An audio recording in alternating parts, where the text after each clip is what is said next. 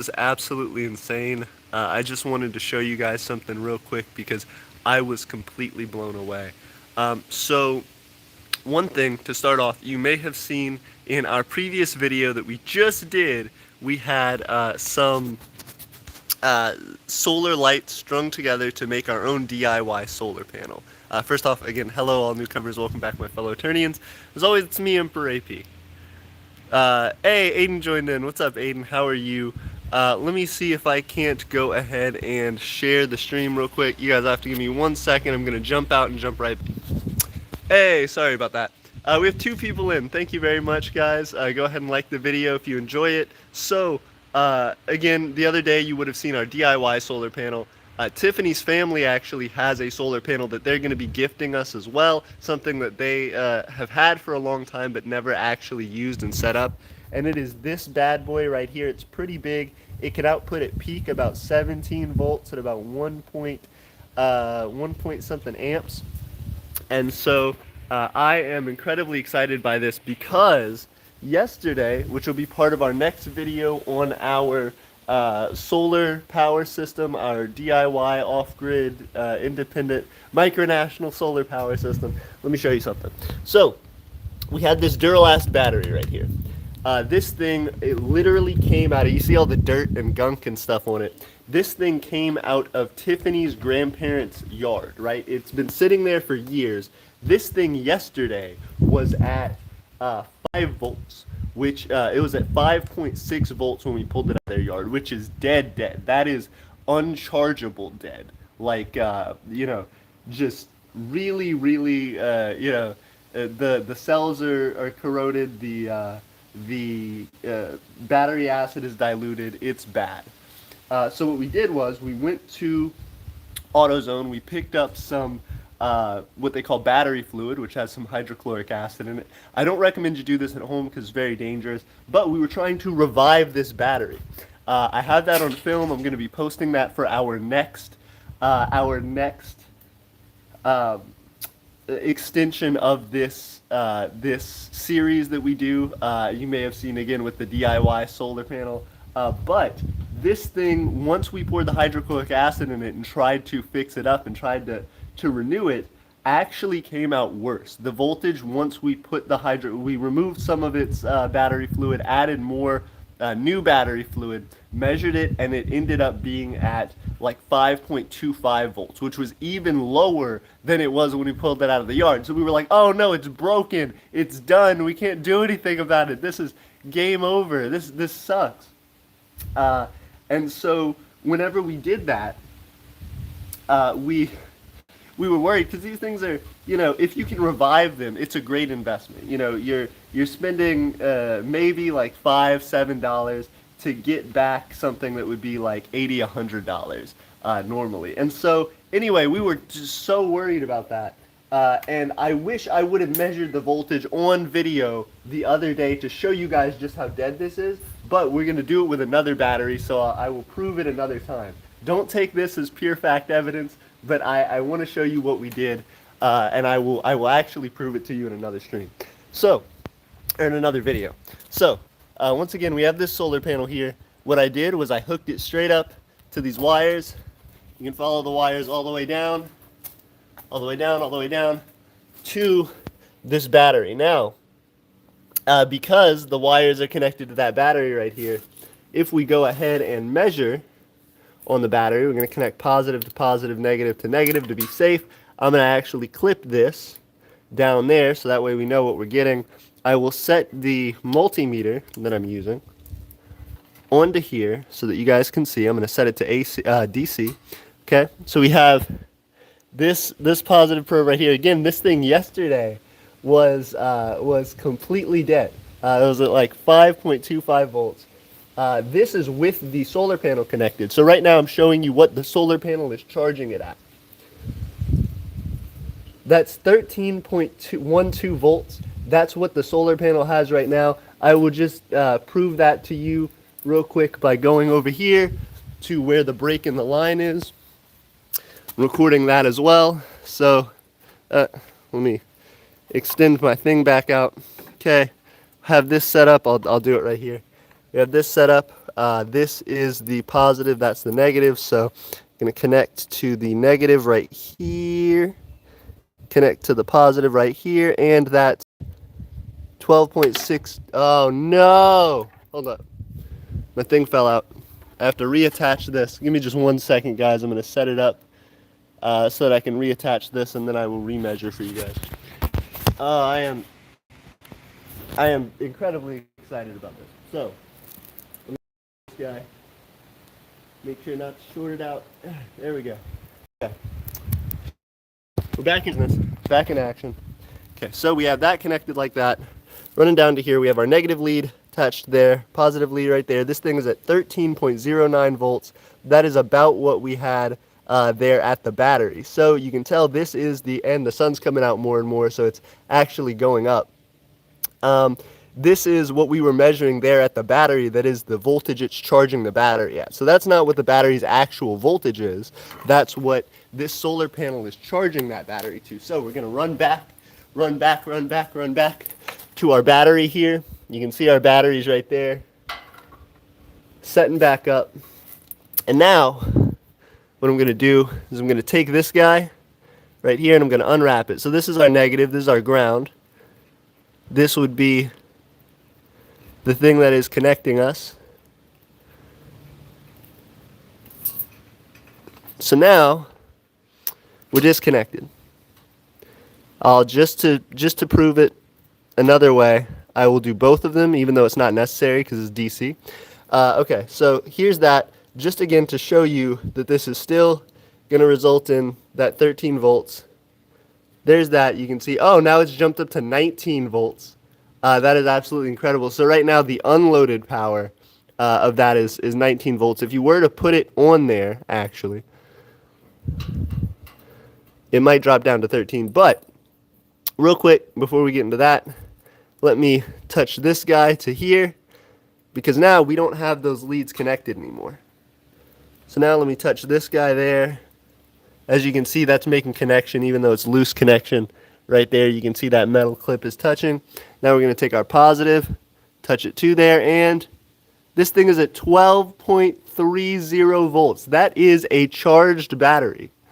That is a charged battery. That is incredible.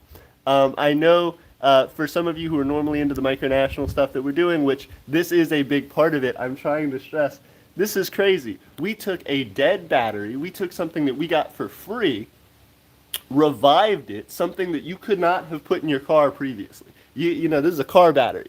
You could not have put this in your car previously. It was completely dead. We charged it to full capacity. Of course, it may have some wear and tear, so it may not last as long as if you bought a fresh battery from the store. But nonetheless, we got this back up to a full charge from a solar panel that we were using.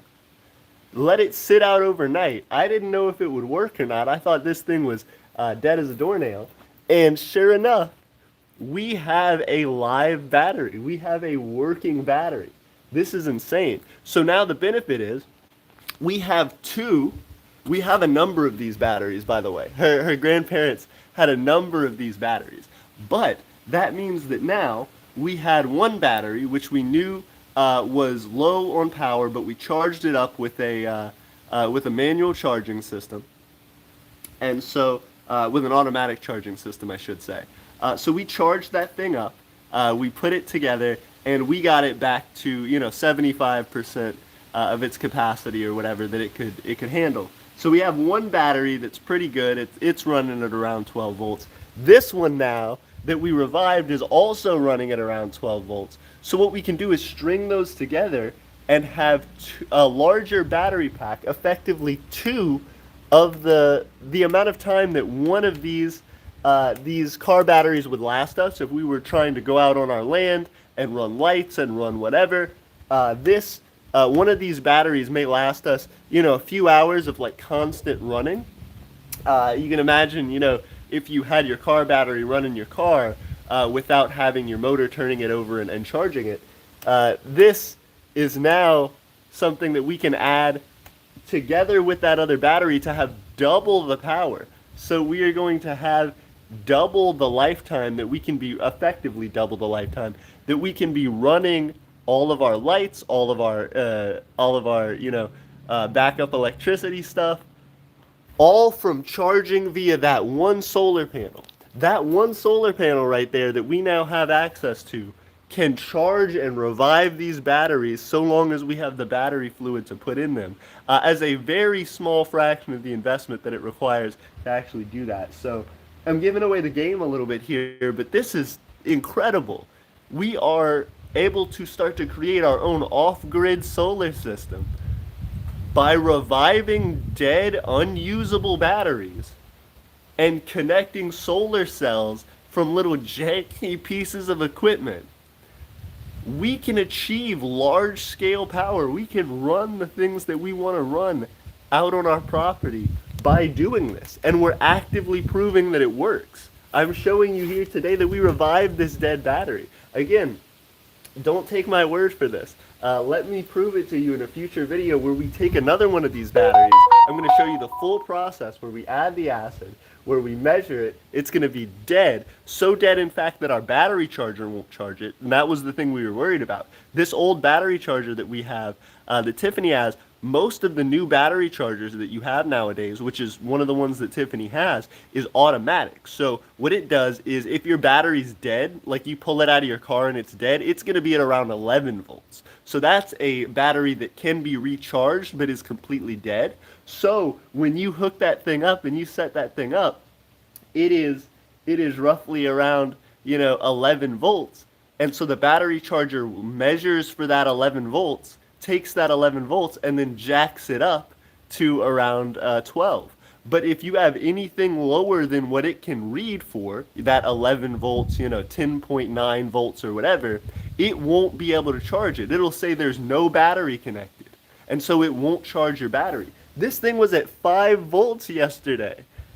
And we just from this solar panel got it to where it'll charge. This thing itself is charged, but now what we can do is we can charge it a lot faster because it has the voltage up. This thing is running at maybe an amp or two. Let's measure what the amperage of this thing is right now. What it's actually charging amperage wise. So let's connect up here. Okay, this is completely short circuit. Okay, here's our multimeter.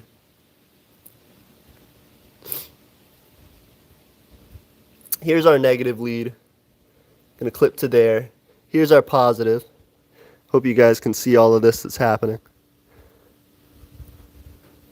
When I put it together, sorry, I'm measuring on voltage.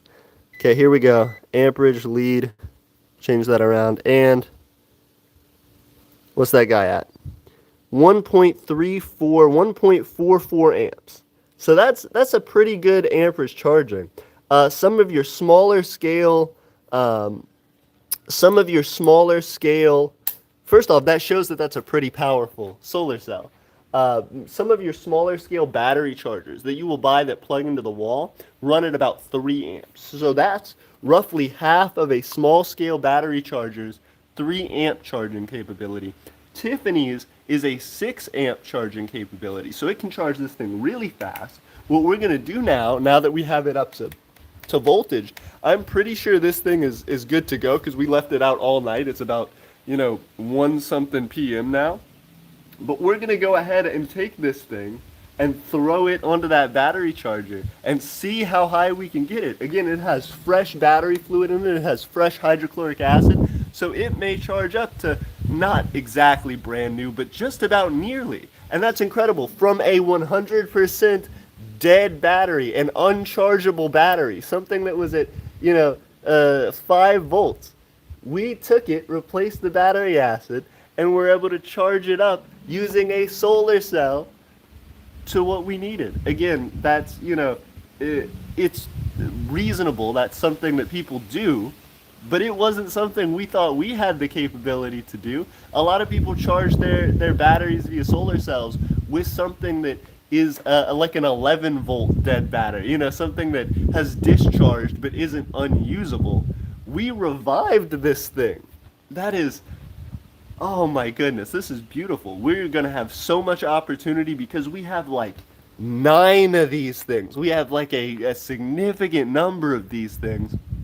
that we are going to be able to replace that fluid in, charge up, and run in parallel to have maybe days and days of significant power. I mean, if we can have these things fully charged on a solar system, we can have days of power, not just 12-volt power like what this is, but we can actually connect it up to an inverter and have 120-volt house power that we can run out on our land to run power tools, to run TVs and lights and internet equipment, to run, AC units, to run water pumps, to run anything and everything, water heaters. This is the first step to us fully modernizing this land that we have. So even though this feels like a little small, sidestep science experiment, whatever, just like the DIY solar panel, that DIY solar panel was running at 60 milliamps. That's not too bad. This thing, this thing right here was running at 1,400 milliamps effectively. So all we have to do is keep stringing together a few more of those DIY solar panels to be able to get up to that voltage, to that amperage. And we already have it up to that voltage effectively. 13 volts. Our thing was running at around 13 volts. All we have to do is keep stacking these things together, and we have more of those small solar panels that we can use. We're going to make more of our own solar panels, more of those large-scale 12-volt solar panels. We have another one of these good manufacturer-built and designed 12-volt solar panels. We're going to string those things together and have a significant amount of charging capability that can go toward charging these lead-acid batteries that we're going to have strung up as a storage system. So now Aeternia has a battery charging system. We have a solar cell system, a solar power system for off-grid use, and we have a solar storage system through these batteries. Again, this is one that we just revived from completely dead, from years of sitting out in the sun, in the hot, in the muck, in someone's yard, probably for a decade or more. And then we came through and revived this thing. This is insane. So now we have the ability to hook this one and the other one that we have, the second one that we have, in parallel to be able to run a larger solar battery, solar storage system, solar power storage system. This is something we've been hoping for a long time. And again, coming out here today, we have this thing for all of you newcomers who are just joining. We have that thing hooked up to a solar cell over here. We had this solar cell hooked up, running overnight to this battery, which I just unplugged, and we revived the battery. We revived it completely. This thing was at 5 volts yesterday. This thing was deader than a doornail. You couldn't put it on a battery charger. The battery charger, when we tried to charge it, said that it didn't detect a battery.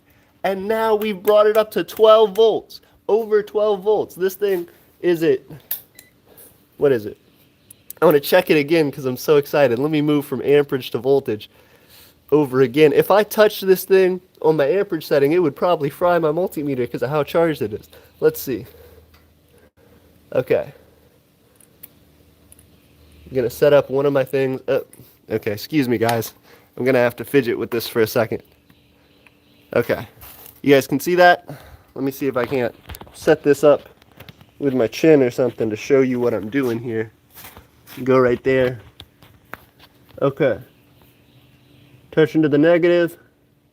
Oh gosh, sorry. Touching to the negative. Touching to the positive.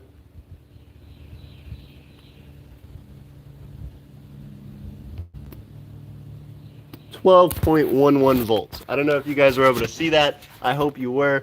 12.11 volts.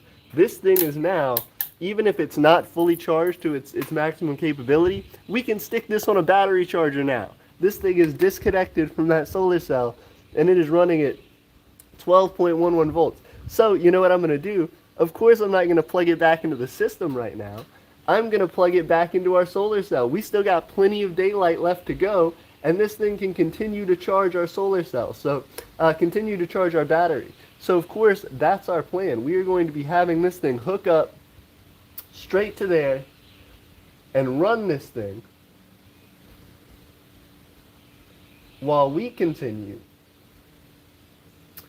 to let it charge on there. So I appreciate you guys. We have 4 viewers, 1 like. If you guys can like the video, if you enjoy it, it means a lot. It helps us.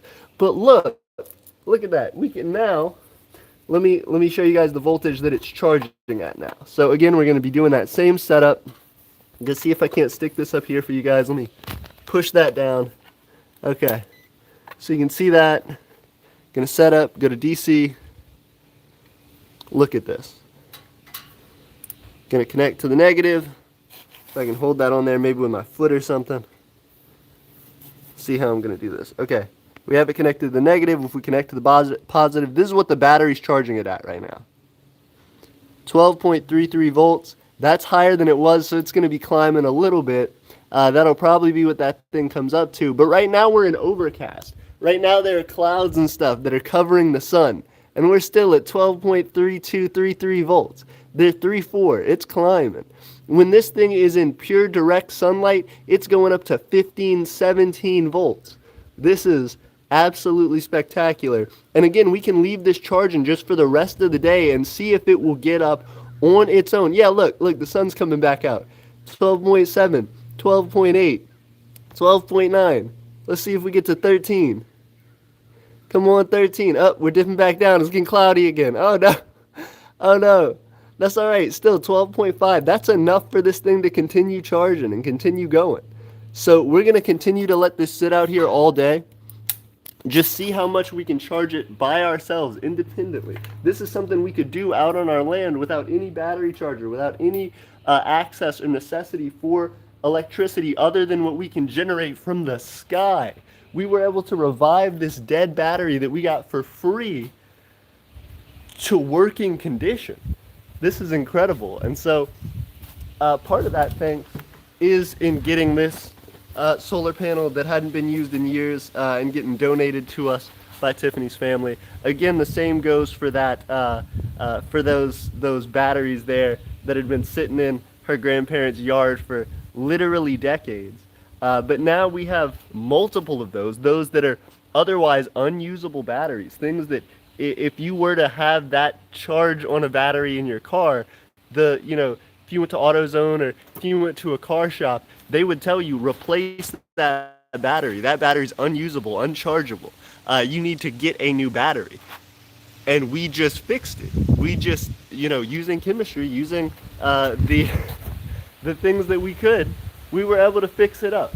That's incredible. And I am so lucky to be here with you all to be able to show you that. Because, again, we're just going to let it sit out here all day, see what happens with it, and see how far we can get it to charge, completely independent of the grid, of normal city power. And so what we're going to do once we finish that is I'm actually going to, once it gets to be nighttime, once this thing's charged up just about as much as it can, I'm going to go ahead and hook it up to the electric grid, of course, to Tiffany's 6-amp battery charger, and see if we can't get that thing up to full capacity to really, really run some stuff pretty strong. So we're going to have that one at full capacity. We have another one now that's at full capacity because we charged it using her battery charger, not using this solar setup. We used her battery charger to bring one that was at around 11 volts, which is considered dead, but dead and rechargeable to its maximum capacity.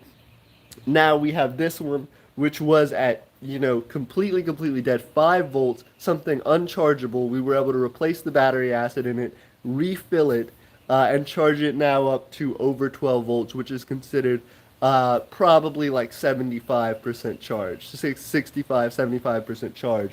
So we're going to let it sit for the rest of the day, have it keep going, see what it can make, and then eventually get it to as close to 100% charge as it can. Again, this is an old battery. This is probably a 20-year-old, 15-year-old battery, something like that. So it very well won't get to 100%, like it was out of the factory charge, but for a free battery that would otherwise cost us 80, 90 bucks, that's good. That now they may be up to 100, 120, 130 bucks. That's good. We have now 2 of these, and we have like 7 or 8 more. So if we spend, and this is going to take a while for us to get the money together to do this because we don't have a lot right now. But if we get together, 60, 80 bucks, something like that, we can charge the rest of these batteries. We can get enough hydrochloric acid, not hydrochloric, sulfuric acid to charge up the rest of these batteries, to fix them up, and to have not only a large-scale DIY solar charging system, but also a solar storage system. And that solar storage system doesn't just have to be hooked up to solar. Once we get as much solar as we can possibly handle, we'll start working on wind, we'll start working on hydro. We can have a completely green, renewable energy charging and electrical system that is off grid, that we don't have to depend on the US power grid to run. This is great. This is what we have been wanting. I think this is what a lot of micronations really want. People talk about off-grid living, people talk about homesteading, people talk about bushcraft and stuff like that, where they're going out in the wilderness and they're building and making things on their own. This is a part of that. Modern comforts are the thing that stop most people from doing that. Modern ability to get things together, even the most rigorous, rough and tumble bushcraft survivalist, still, if they get a cut, if they get injured in some way, they're gonna need somewhere to go that has electricity. They're going to need somewhere to go that has fresh water. They're going to need somewhere to go that can heat them and take care of them and protect them and keep them from bugs and from, can run the necessary things that they need to be able to get like medicine and stuff that they have. This can do that. If we have a large enough system of these batteries right here, we can eventually hook up to just, connect up like a electric vehicle. We can get to the point where we have electric vehicles and all of our electrical needs on our land, on our territory vitae, charged and run via this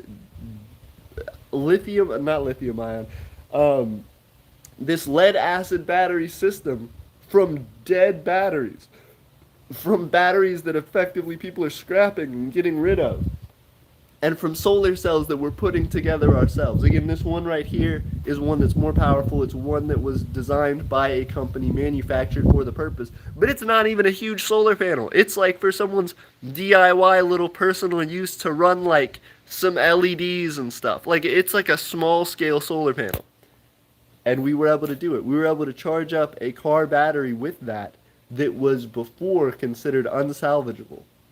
So we did it, we revived that thing, and this is a huge step forward for us. If you guys thought that the DIY solar panel we did, which I recommend you check out, that's an edited video, that's a little nicer than this one.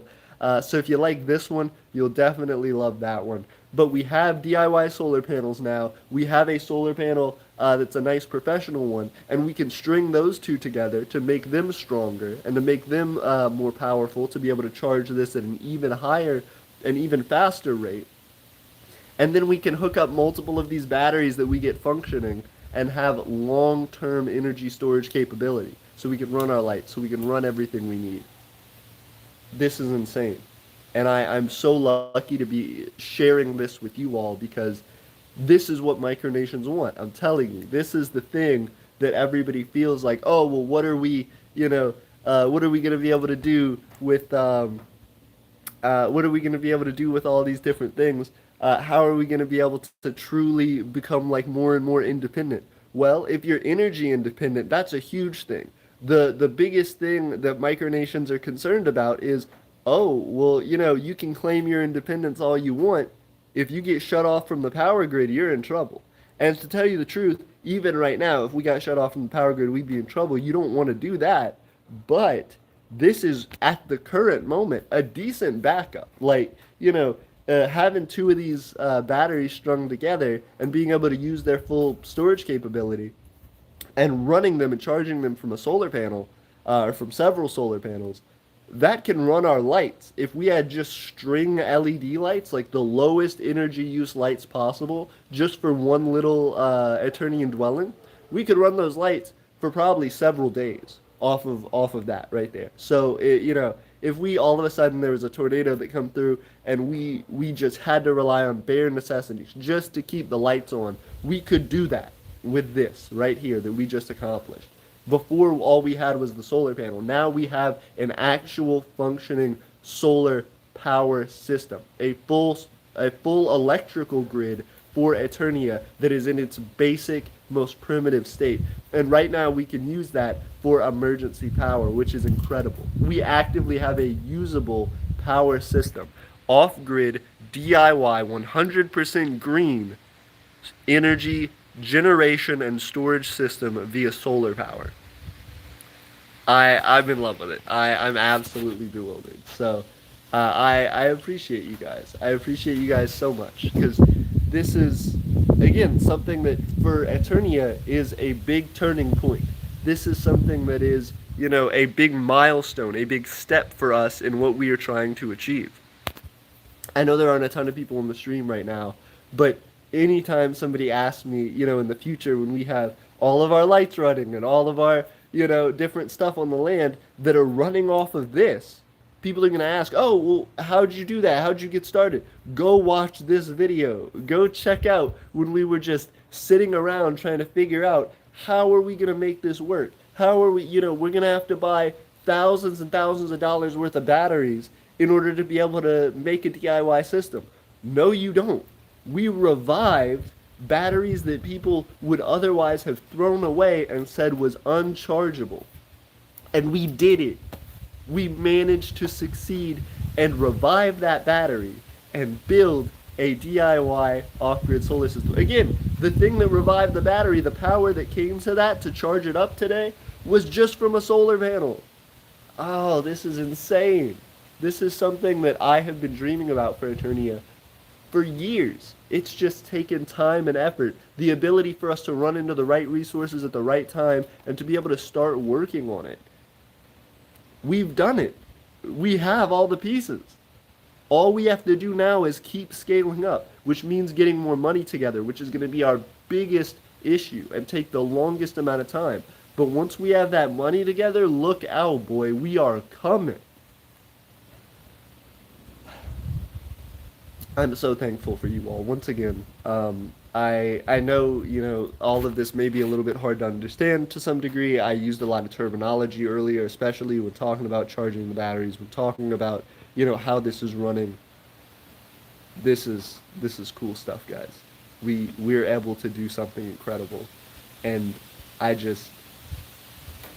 can't wait to show you the finished result of this, because once we are, having a few solar panels hooked up around our land and running our lights and running our our refrigerator, running our AC units, running our water heater for our water, running washing machines and stuff like that, like high power stuff. People are gonna say, oh, that's fake. Y'all have to be connected to the grid. You have to be connected. There's no way. We're doing it. This isn't capable of doing that today. But we're not too many steps away from that. This is a work in progress that we've already taken the first step to having a full, complete together system. This isn't something where we need, 30 more pieces to make a working prototype. We have the working prototype. All we have to do is scale it. All we have to do is make it bigger to handle more and more power. And then we have to make calculations to figure out how long we can run different things on them. We're doing it. We're making something for Aeternia that I don't think many, if any, other micronations can claim that they were able to do. And this is the first of many for this summer. We are not only building a DIY solar system, we're also trying to reach monetization. We're also have our land purchase in Vitae that we are going to be growing and trying to seek residents for. We're doing some big moves and we're not stopping. So look out, everybody. And until next time, Aeternia forever. See you guys later.